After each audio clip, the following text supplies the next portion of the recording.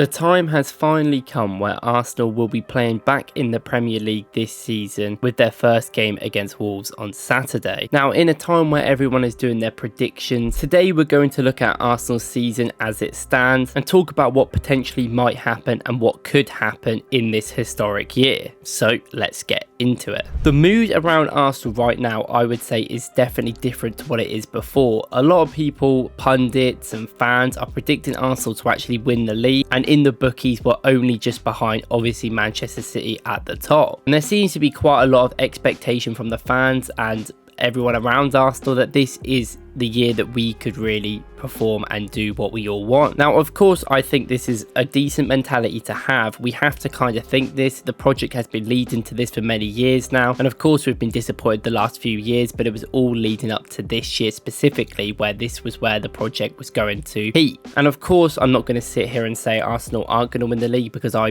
personally think that we will win the league, and I think that that should be the expectation given how much time we've given Arteta. But the team also deserve the time that they've been given because of how well the performances have been the last few years, and there's a lot of things up in the air with the opponents. However, despite this expectation, there's also a lot of concern between the fan base, I'd say, on mostly transfer deals. People not happy that Eddie hasn't gone yet, Nelson hasn't gone yet, and that has limited our involvement of being able to sign an attacker, which obviously people want to happen. Now, I've said multiple times that I ain't too worried just yet, because I think that we'll be able to get through these first few games in the league without necessarily another signing, and it looks like Mourinho might sign, and obviously I want us to sign an attacker, but we have to wait for Eddie and Nelson to leave potentially. And of course, I know a lot of people are worried about Eddie not leaving because of Bournemouth signing replacements and Marseille obviously getting a different player in, but I still think there's teams in the Premier League, the longer the window will go on, will open up, and there might be opportunities for him to leave. I think the same will probably happen with someone like Ramsdale as well. And I know there's always an expectation that you need to make signings to improve the squad, which I definitely think is a matter of case, and I think Arsenal should improve the squad. I'm not saying they shouldn't, but the squad is at a very high level, potentially a title winning team anyway. 2 points off the title last year. If a few results went the other way, you know, we could have easily won it. And I think with another year of experience and talent even put onto what we've got, such as Ethan Nwaneri coming through the academy, which I think will play a big part this season, I only see it as a positive, and I actually think the squad is in a better place. Now, one of the main reasons I also think the squad is in a better place is because we're finally going to see the potential of a lot of players that we already have. Improving the squad necessarily isn't about buying players, but sometimes improving the ones you've got. And I think in pre-season, of course, it's early days. Zinchenko and Jesus specifically look back ready to play, and even Thomas Partey has impressed me in the recent game, looking a bit more fresh than he did last season. We also have major inclusions such as Calafiori obviously coming in, and Timber finally being fit, which I don't think people are deep in that is actually going to be a massive impact within the team. He can versatilely play everywhere and is going to be such a great inclusion. I know he's injured right now, but he should be back by the end of the week. And we're not a perfect team by any means. In last season, we were brilliant at certain things like out of possession. We were one of the best sides in Europe, and quite frankly, when keeping teams in and penned in their own box, we were so good. Teams just could not get out, and in the second half of the season, we were obviously a lot better than the first. Now, I don't think we necessarily need to start firing. We didn't last season, and we were in the end very close to the title, but it would be nice if at the start of the season now we've finally got the tactics a little bit more cemented than last year, which it does seem like we have, and players have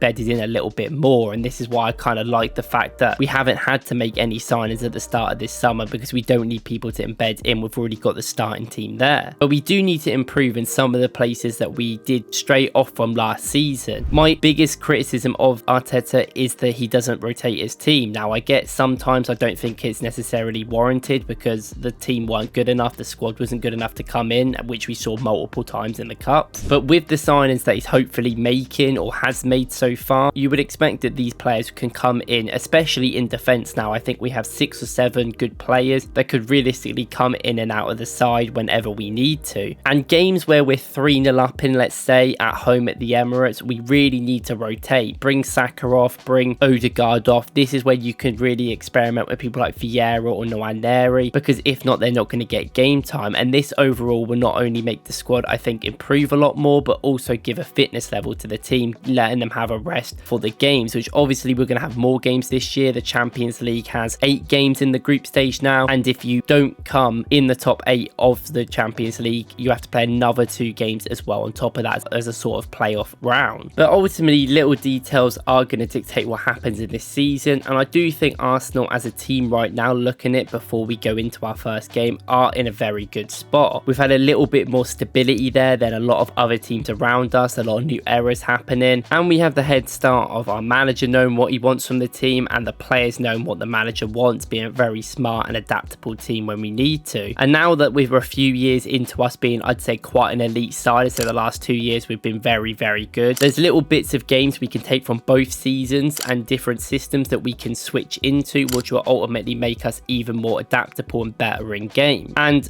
obviously, we've got to look at Manchester City. They are the biggest rivals, I'd say, to the title right now. Obviously, anything can happen in the season, and maybe Man City even aren't there. But 4 titles in a row that no one's ever done before, potentially going to make it 5 in the Premier League. We have to look at what they're doing. They haven't made any signings just yet other than Salvinio, but that was obviously a bit dodgy. And they sold Alvarez, and Oscar Bob has a serious leg injury, which has reportedly meant they're going to go into the transfer market. Now, I think if Manchester City signs someone like Bruno Guimaraes, then we really have to go out there and buy multiple players, like a Marino and a big attacker as well, because we cannot be letting Manchester City have these key players and dictate what they want to do. But at the moment, I still don't think it's a reason to panic, and I think Man City are in a sort of transitional year where they're going to bring some youngsters into the team and adapt in that way. This, of course, is definitely going to give us somewhat of a chance of doing something, but we'll have to see what that is. But I definitely think the team should be confident in themselves, and we have to take the season as it goes. It's a long season. We're going to play over 50 games potentially. Most likely we'll play over 50 games. As a fan base, we need to take it easy on ourselves, not get too hot-headed when we aren't going to get the results that we want. And I actually think this season the points tally for the Premier League would be a lot lower for the top of the league. I think some of other teams have maybe caught up a little bit with Arsenal, Man City, maybe not too much, but I think that some teams are doing some things that are quite interesting that could see them get some freak points of other teams and obviously boost their stats. But I still think Arsenal should obviously aim for around 90 points, and that's an incredible tally to even aim for. Now, I know that this video is me talking about our expectations for Arsenal, what I expect from them for the rest of this season, but I did say what I just agree with. I think that we should just take game by game. The only thing I'm thinking about right now is that Wolves game, obviously tomorrow when you're watching this, and then after that, obviously the games that we've got are going to be quite hard, but I'm going to focus on them after we get through that Wolves important game. And everything at the start of the season is a little bit up in the air. Teams are trying out new systems, new managers, and even new players a lot of the time to see if they fit into the mold. I don't think we will do. I think in our game against Wolves, you'll probably see a lineup which includes Zinchenko at left back, Havertz in midfield, and Jesus up front, because that is something that he has been leaning to in the last few friendly games that we've played. But overall, that is my opinion of Arsenal's preview for this season. What do you guys think in the comments? Do you think that this is our year? Do you think it's a lot harder than someone suggests? And what players do you think are going to be the standout players for Arsenal this season? I want to see some surprise names, because we obviously know the Sakas, the Odegaards, the Salibas. Who is going to be your surprise player of the year that's going to carry us hopefully to glory? Thank you guys for watching. Let me know what you think in the comments, and I'll see you in the next one.